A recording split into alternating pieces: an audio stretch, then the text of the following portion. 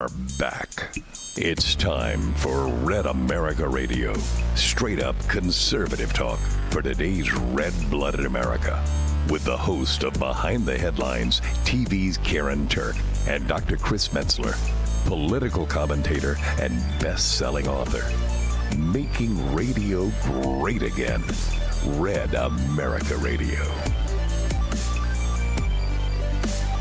Hello, we're back. It's another week, another Monday. Red America Radio. Great to be back. Lots to talk about. There is so much to talk about. From Biden to Alyssa Milano, we've got a lot happening out there in the world of libtards. There we go. Yeah.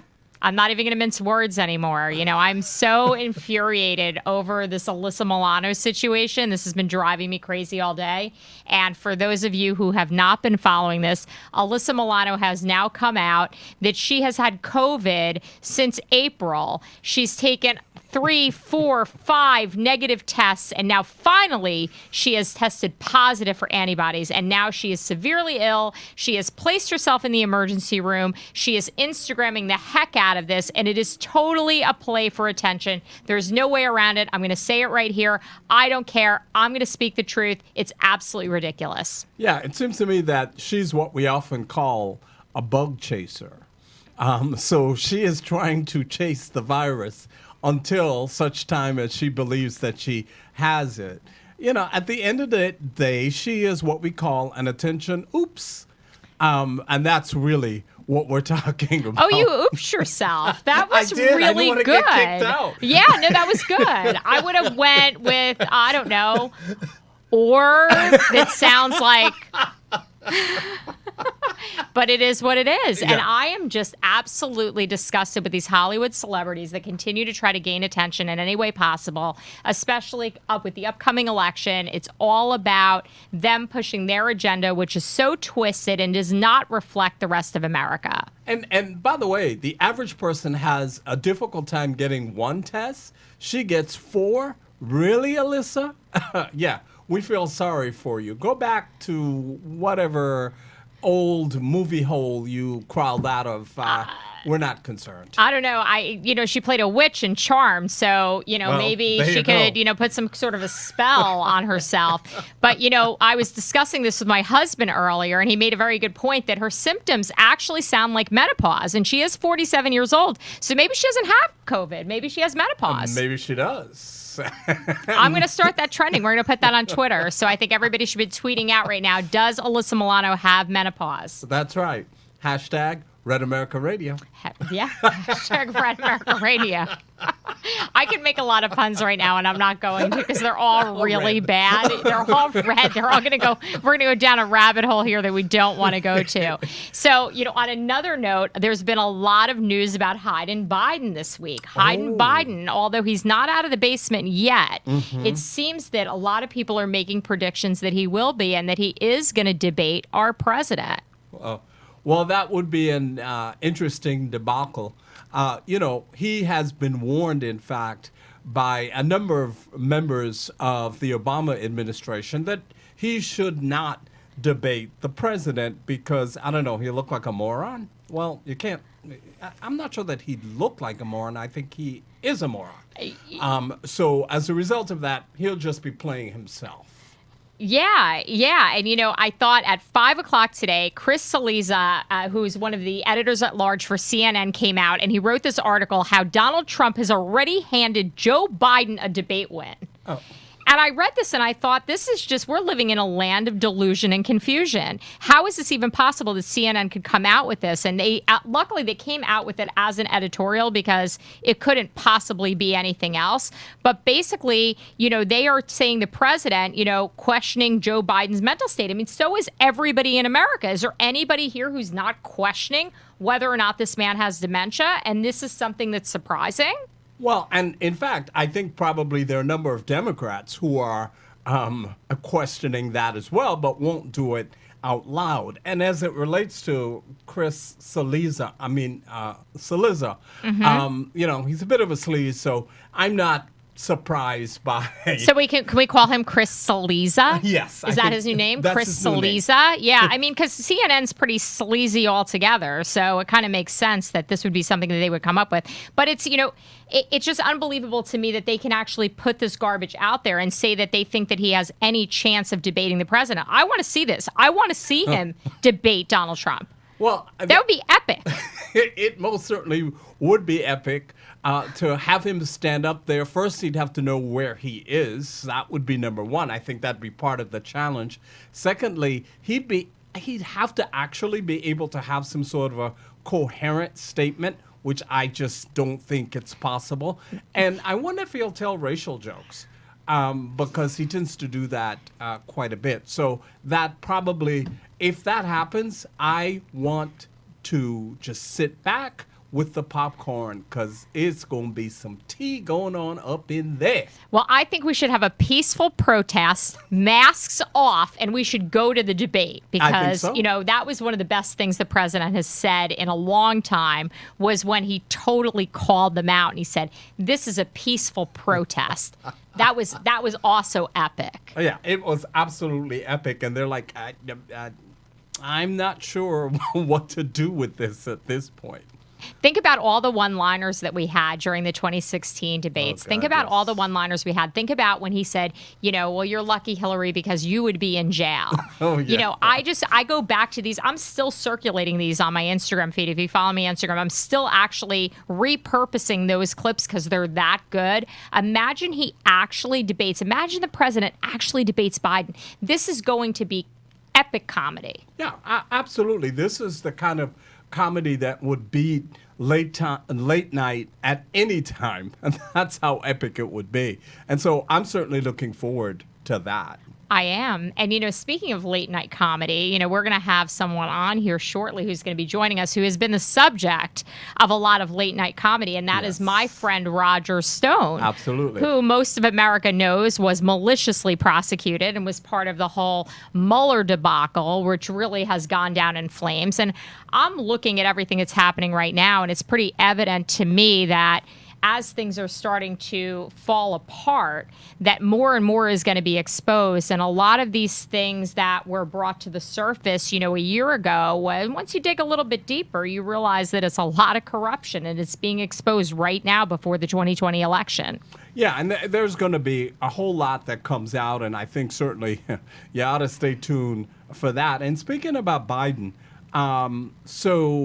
some very reliable sources inside his campaign has indicated that he now has decided that there are two front runners for the VP position.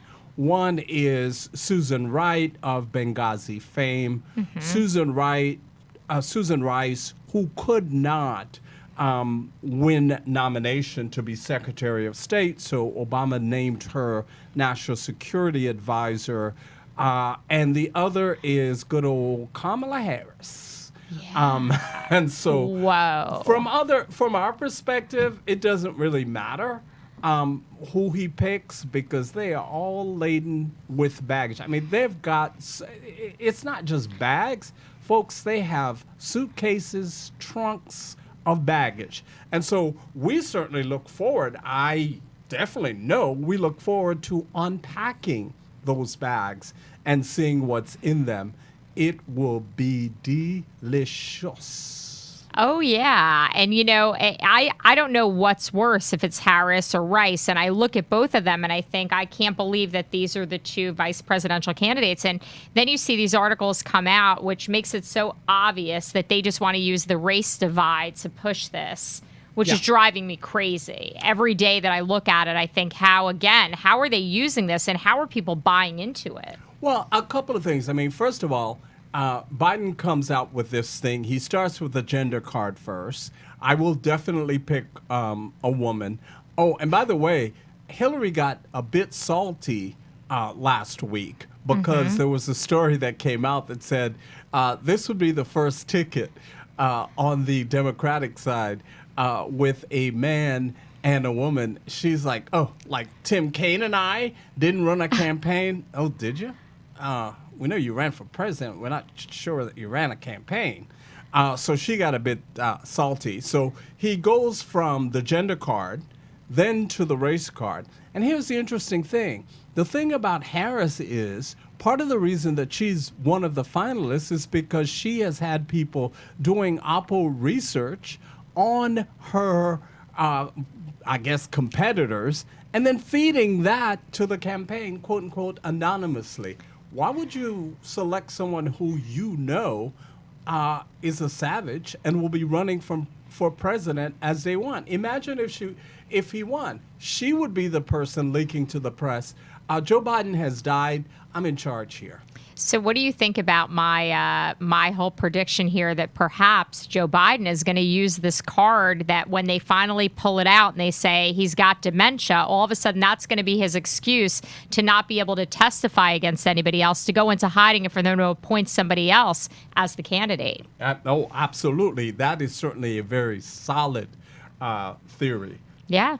We'll see. We'll see. It's one of these. Stay tuned. I mean, there's Yes. going to be a lot to talk about between now and November, and I'm so glad that Red America Radio is going to be back every Monday at 7:30, and then we have our podcast that loads up as the morning after on Tuesday morning. So if you don't catch us here, you don't want to miss it on Spotify, you want to tune in. Absolutely. And I think do we have a caller on? We have a commercial, so we're Oh. going to take a quick commercial break.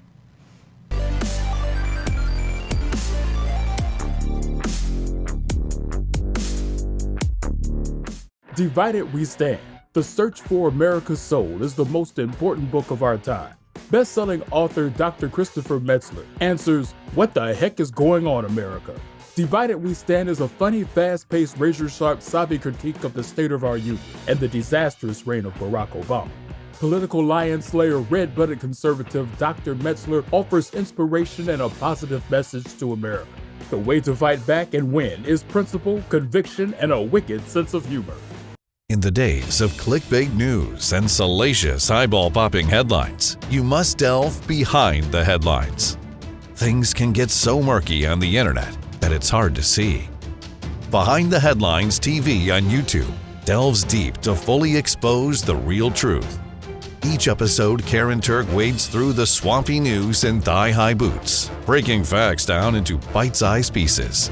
Subscribe to Behind the Headlines TV to see her dominate YouTube with real facts behind today's biggest stories. Now, more Red America Radio. And we're back. Hello. We're back. And you want to know what? I see someone else is back with us, which is amazing. I am ready to get stoned. Are you ready to get stoned? I'm ready to get stoned. We're getting stoned. Roger, so good to see you. Great to be with you. On the other hand, it's great to be any place other than a rank, squalid federal penitentiary. So it is really great to be with you. Yeah, the president came through, and I was pulling for you and praying for you the way so much of America was, and following this every day and thinking, is it going to wait till the last possible minute?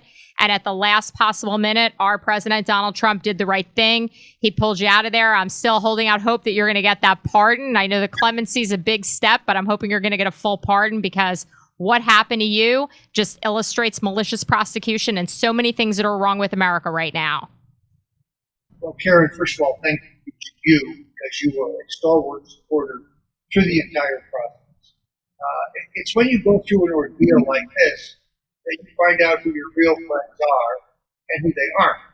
Find out who the people are who truly care for you, and then there are the people who are nice to you because they thought you might be able to do something. So it's been an extraordinary experience in that sense. But the president, in an incredibly courageous act of both mercy and justice, because he knew correctly that I did not get a fair trial between the bias of the judge, the misconduct of the jury forewoman, the makeup of the jury, the misconduct of the prosecutors, series of pretrial motions granted by the judge or the government made any viable defense virtually impossible.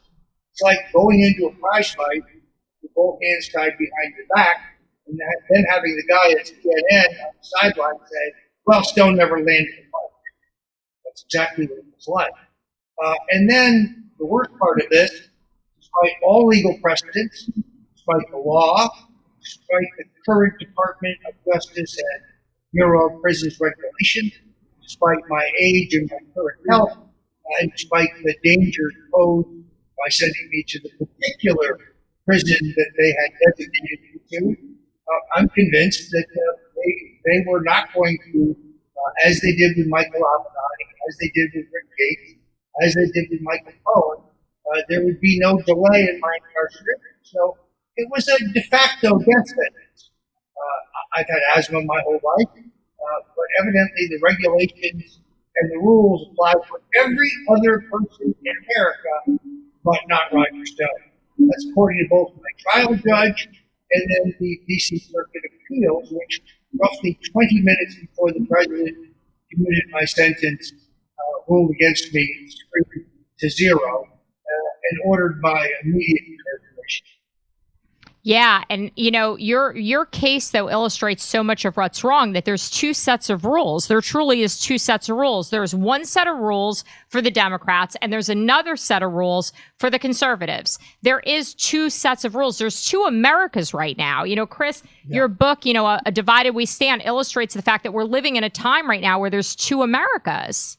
Yeah, absolutely. And so, Roger, as there's all this talk right now in the United States about justice, about social justice, about malicious prosecution, why doesn't that talk appear to apply to your situation? Well, actually, it does. The irony here is that the Democrats have tried to argue for the last several weeks that I got special treatment.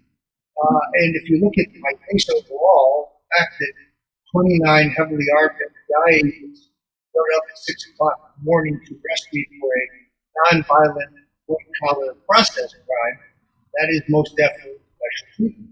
If you take into consideration that the mainstream media leaked from the special counsel's office for almost 2 years that I would be indicted for treason, espionage, conspiracy against the United States, money laundering, millions of rubles in violation of the Foreign Trade Violations Act, mail fraud, wire fraud, cyber crimes, including unauthorized access to a computer, cyber crimes including deceit and distribution of stolen material. And of course, once they defrauded multiple judges to get a search warrant, they could find no evidence whatsoever of any of those crimes.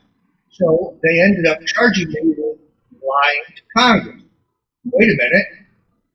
Comey lied to Congress. Brennan lied to Congress. Clapper lied to Congress. Hillary lied to Congress. McCabe lied to Congress. Orr lied to Congress. Rosenstein lied to Congress. You get my drift. But none of them, of course, have been prosecuted, even though they lied about things that were material, things that were significant and consequential. To the extent that I made the statements in my voluntary appearance before the House Intelligence Committee, they had no underlying crime. This was an extraordinary fabrication. And I was, I guess, naive enough to believe the quaint notion that I would get a full trial. And I was shocked at what I saw in D.C. And I'm just grateful to God and to the president that they saw the tremendous injustice in my trial, and they recognized that there would be no chance to correct it on appeal if I died of COVID-19, which I believe I would have in the year waiting for my appeal to occur. So, look, I understand the difference between a pardon and a commutation. In the case of a pardon, you're accepting guilt. It does expunge your record, but you're accepting guilt. In the case of a commutation, today I am a convicted felon. That will not always be the case, as I intend to pursue my appeal. And you see, I think that the deep state, whoever you want to call them, the establishment, they fear that appeal. They fear what will be exposed on my appeal. That's why they were so hot to send me off to a prison. So the Stone Defense Fund definitely still needs help. So I definitely want to give a shout out to stonedefensefund.com. You need to go there, donate. What is your appeal going to cost you, Roger? What are you looking at? Well, the lawyers say it will cost somewhere around $1 million. It will take a year. We have filed our notice of appeal. There are really two appeals. One is on the basis of the conduct of the juror. I mean, to be clear, what we had here was the jury forewoman in 2019 was attacking me by name, as well as the president, on Facebook and Twitter. She had those postings on a private setting during jury selection and during the trial. And then she deleted them after the trial. To me, that is obvious evidence of bias, but the judge disagreed. Every lawyer I know, right, left and center, believed that I would be entitled to a trial based on the U.S. Supreme Court finding that all defendants are entitled to an impartial and indifferent jury. There was nothing indifferent about this woman. She hated my guts. And then, of course, there was the makeup of the jury itself, which could have been the Clinton-Obama alumni reunion. There were no Republicans, no independents, no libertarians, no evangelical Christians, no military veterans. This was a very atypical jury. Makes you wonder how it was selected. We used all of our strikes, I assure you, but there was no way to strike every partisan. Beyond that, the judge held partisanship was not a legitimate grounds for striking a jury.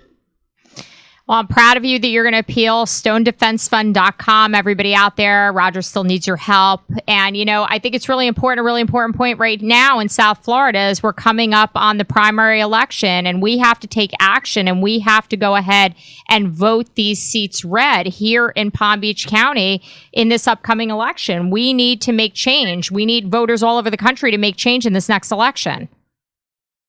Well, I think this election is very dicey for several reasons. First of all, we have that great Florida tradition of voter fraud, which is particularly prevalent in Palm Beach, Broward, and Miami-Dade County.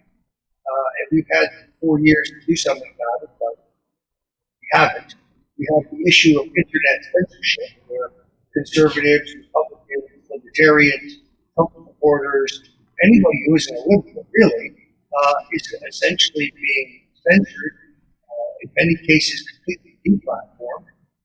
The day that the president commuted my sentence, out of nowhere, Facebook banned me for life based on an allegation that I own 100 fake Facebook pages.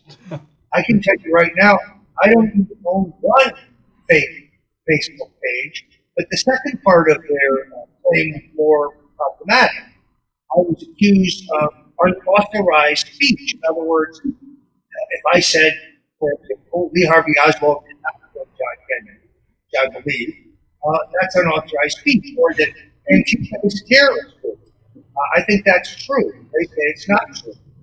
If I said that the Russians did not hack the DNC, which they didn't, although the judge would not allow me to give forensic evidence or testimony to prove that in my trial, those are all examples of where Facebook has decided they're the arbiter of what's true and what is not true. And this is going to be problematic for the president because, mark my words, around September 1st, his campaign will be shocked when Facebook and Twitter and others announce that they will not run the president's campaign advertising. That day is coming. It's so clear to me, it's beyond belief. And I know that the Trump campaign has a $5 billion budget for Facebook alone. I don't think in the end Facebook is driven by economic issues. I think they're driven by political decisions. And that very important forum, I think, will be lost to Republicans this fall. Yeah. Well, thank you, Roger. Thank you for joining us. We'll definitely have you back on. It's been really insightful. I pray for you all the time. I know most of America does. You're an inspiration. And thank you for everything that you're doing to stand up and fight for America, because you are. Thank you so much. And thanks for the opportunity to come on here after 16 months of being gagged. pretty refreshing to tell the truth. Absolutely. Thanks so much. Thank you, Roger. That was great. I always love having him on the show. I know he's going to be back. We have some other really great guests lined up the next few weeks. We have a lot of people coming on here. The big surprises in store. Red America Radio, Monday night, 7:30 right here. And then tomorrow morning, we got the Morning After podcast. Oh, that's going to be great. Catch us on Spotify and iHeart. Yes, that's right. Here we go.